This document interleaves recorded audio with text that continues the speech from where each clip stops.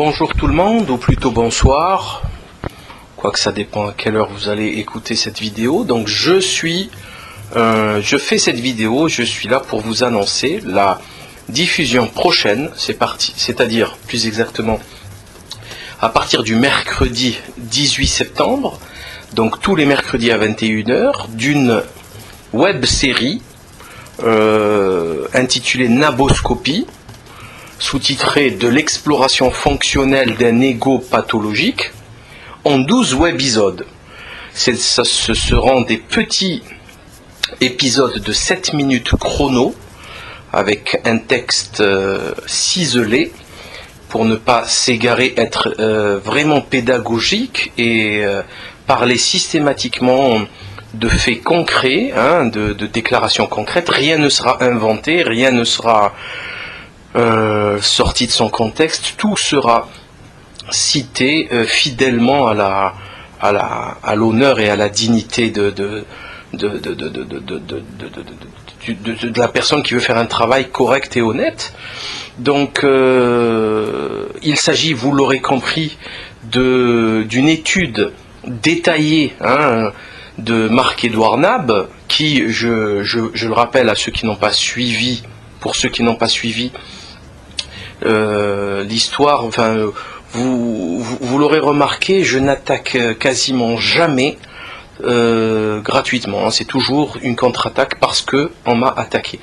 Donc pour ceux qui suivent cette affaire, Marc-Édouard Nab, dès le départ, à partir de cette histoire du 11 septembre assez ridicule, assez pathétique, nous a traités de débiles mentaux, de paranoïaques, de lâches, etc.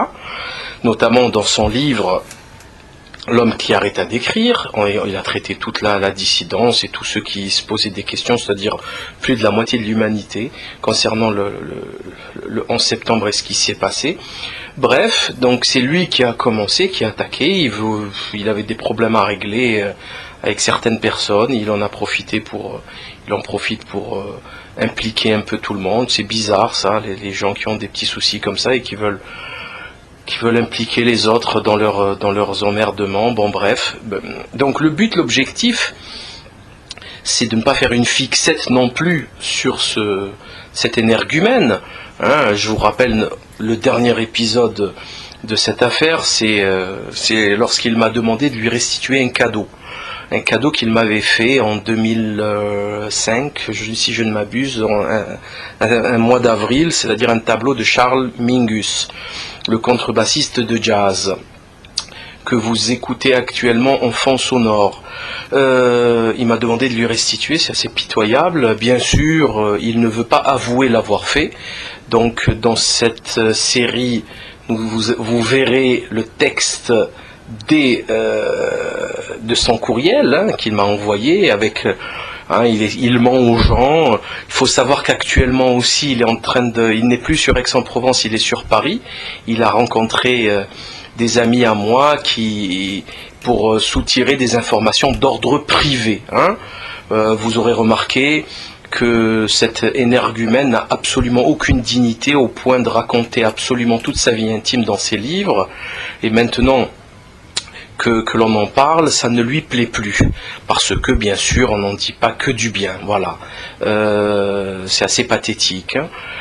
Donc vous aurez remarqué aussi, puisque ça passe à l'écran actuellement, donc les petits gribouillis napiens, n'importe qui peut les faire. Je vous garantis que c'est la première fois que je fais ça de ma vie. Donc c'était moi, c'était pas Nab, vous l'aurez compris. Je n'irai pas jusqu'à dire qu'un éléphant dessine mieux que Nab, mais j'ai presque envie de le dire parce que les faits sont là, vous le voyez à l'écran. Vous avez des éléphants qui se dessinent eux-mêmes en perspective, en 3D, sur du sol, en couleur. C'est assez impressionnant. Peu de gens sont capables de faire ça. Ils repassent. Il faut savoir qu'une trempe d'éléphant est quelque chose d'extrêmement complexe. Je crois qu'il y a 70 000 muscles, si je ne m'abuse. Donc c'est vrai que c'est très précis, mais vous voyez en accéléré comment cet éléphant dessine. C'est une vidéo que j'avais passée dans mes conférences à une certaine époque. Bref, donc le Nabo qui vend ces petits dessins ridicules, ces petits gribouillis à 2000, 3000 euros, ça ne peut rien y comprendre, et qui refuse toute critique. Voilà. Ah, il n'aime pas la critique.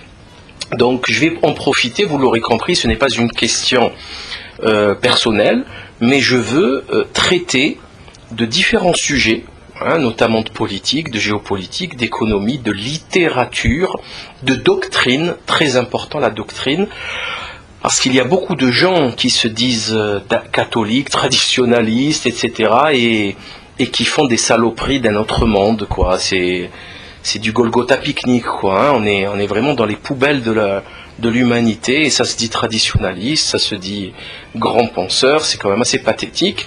Il y aura des révélations fracassantes, extrêmement graves, des révélations, enfin, vous verrez, tout ceci sera bien écrit, enfin bien fait.